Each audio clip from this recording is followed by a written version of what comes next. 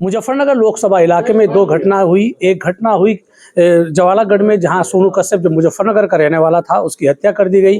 दूसरी सरदाना थाना इलाके के ही कपसाड़ में एक दलित महिला की हत्या हुई और आरोप लगा कि उसकी बेटी को जबरन ले जाया गया। कहीं ना कहीं जातीय संघर्ष भी इसको बताने की कोशिश की जा रही है। हमारे साथ मुजफ्फरनगर से समाजवादी पार्टी के सांसद और राष्ट्रीय महासचिव हरेंद्र मलिक हैं, उनसे कुछ सवाल जानेंगे। सर, सोनू कश्यप मुजफ्फरनगर का लड़का था, उसकी हत्या सरदने में हुई। आप भी जाना चाह रहे थे, पुलिस आपको भी रोकने का कोशिश कर रही थी, आप गए, क्या उनको आपने भरोसा दिलाया सोनू कश्यप के परिजनों को? देखिए, सोनू कश्यप के परिजनों को हमने कहा कि समाजवादी पार्टी कमेरों के साथ खड़ी है, पीड़ित के साथ खड़ी है। आपके साथ अन्याय हुआ है, भगवान उसकी आत्मा को शांति दे, आपको शक्ति दे, और उसके बाद पार्टी हर तरीके से आपके साथ है। हम आर्थिक सहायता भी करेंगे और आज की भी हमारे एमएलए अतुल प्रधान आए, उन्होंने 1 लाख रुपए की आर्थिक मदद की है। किस तरह देखते समाजवादी पार्टी अतुल प्रधान पर? ये भी पहले आरोप लगा कि सरदाना में उन्होंने पैसे दिए कि नोट ज्यादा दिखाने के लिए अतुल प्रधान ने आर्थिक मदद की है, जो 100 रुपए के नोट दिए हैं। नहीं, देखिए, अतुल हमारी पार्टी के एमएलए ने उनकी मदद की है और वो 1 लाख रुपए की मदद की है। अब यार, व्यापारी तो अतुल है नहीं, जैसे नोट मिल गए, वो कोई उसके घरों कारखाना तो है नहीं, उनने अपने साथियों से लिए होंगे, हो सके 10 लोगों से 10-10 हजार रुपए लिए हों, तो इकट्ठे करके देंगे। अब तो हमारे अध्यक्ष जी को भी कह रहे हैं हम, इकट्ठे करो भाई, और दो इन्हें कुछ थोड़ा बहुत।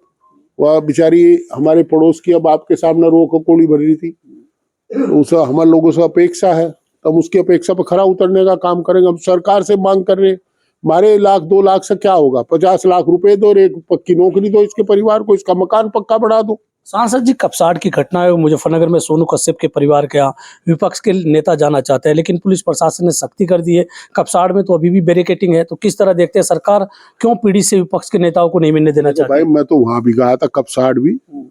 मेरे साथ डायरेक्टर साहब थे, सोमपाल जी, यशपाल जी, अध्यक्ष जी थे, इलम सिंह जी थे, राकेश शर्मा थे, धर्मेंद्र नीटू थे, और चीकू था, हसीब था।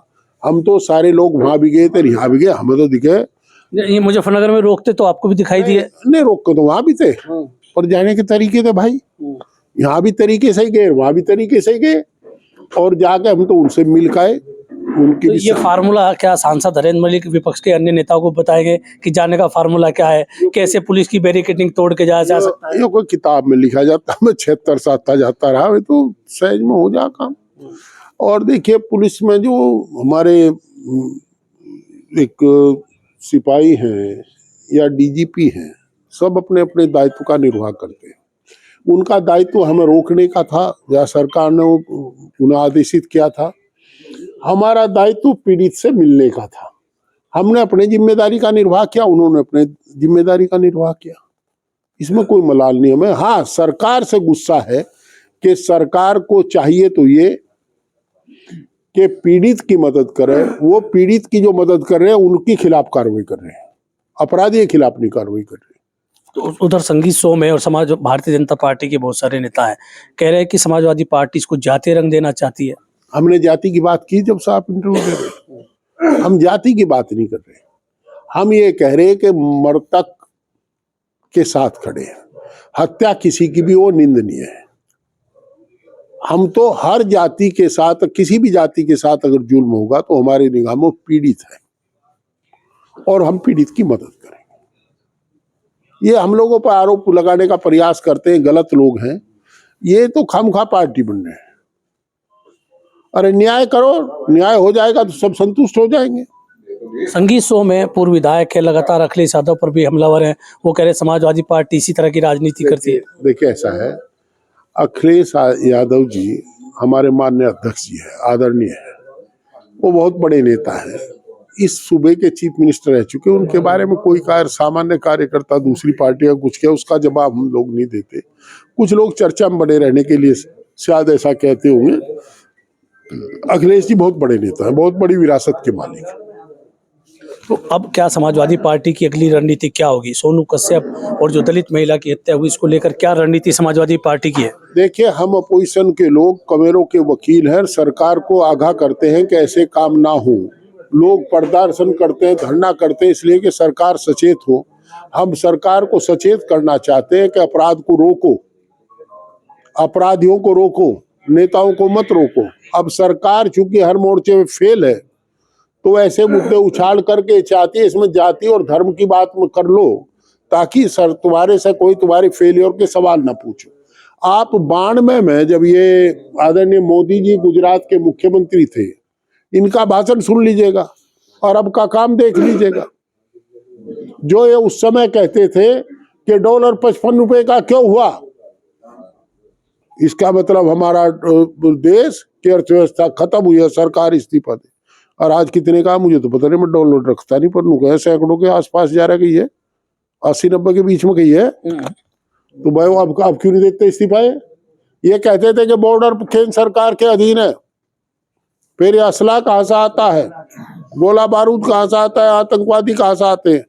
अब तो ये नागरिकों को भी बता रहे हैं कि विदेशी है, जब केंद्र सरकार के अधीन थी बॉर्डर सी, तो ये कैसे आए?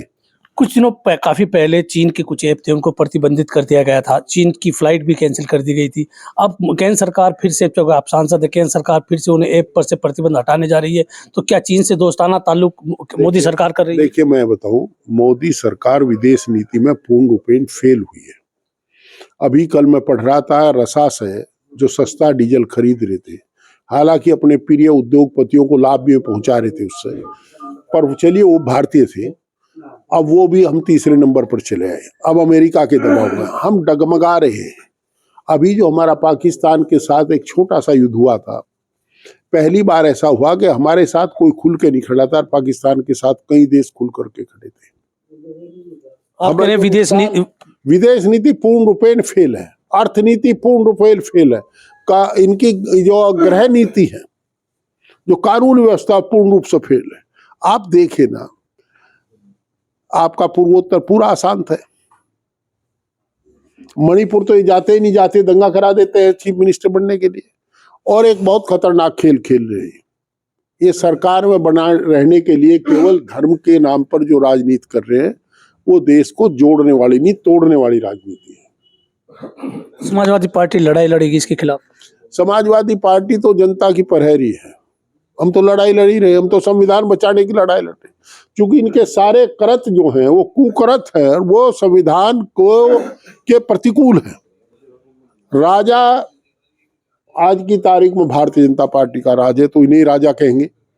राजा को अपने मुल्क के संविधान के मुताबिक कार्रवाई करनी चाहिए, कार्य करना चाहिए। हम तो इनसे अनुरोध कहते हैं, परमपिता परमात्मा से कहते हैं, अलबत्ते भगवान को मानते नहीं, झूठे ही कहते हैं।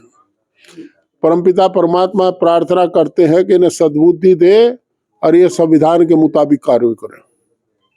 तो ये थे सांसद हरेंद्र मलिक, जिनसे हमने बातचीत की है। मैं राशिद अली हूँ और आप हमारा चैनल खोजी न्यूज़ देख रहे हैं। धन्यवाद।